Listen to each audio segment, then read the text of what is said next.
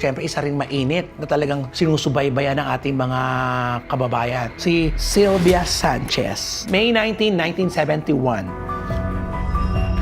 Mayaman to. Oo, alam naman natin ito, pinakita na at napanood natin sa YouTube vlog. Kaya lang stress to. Kasi, Once, tingnan natin kung bakit. Mabigat ang damdamin nito. May matandang lalaki eh. Tapos may batang lalaki. Siguro possible dahil sa nangyayari ngayon, may death card siya. ano yung death card? Titingnan natin kung sino ang involved lalaki. So, dito sa cards na to ni ma'am, itong tao na to, mataas ang level of stress niya na nararanasan ngayon. Mga tipong parang hindi siya makatulog, tapos parang lagi siyang nag-iisip o magulo ang kanyang isip. Hindi siya makapag-desisyon kung ano ang kanyang mga gagawin. Siguro sa panahon na to, itong mga oras na to, sa pagbabasa natin sa kanya, parang ang sinasabi niya, gina-justify niya kung ano man ang meron sila galing to sa pagtatrabaho nila. So, parang dito sa baraha, wala silang inergabyadong tao. Nasa baraha.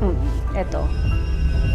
Wala silang inergabyado. Ayun nga, uulitin ko uli. Sa baraha niya, lahat ng meron sila, etong 10 of Pentacle, ay galing sa pinagpaguran niya o pinagpaguran nila. Yun lang. Ito po kasi ay baraha ni Ma'am Sylvie. Ang mga tao sa paligid, hindi ganun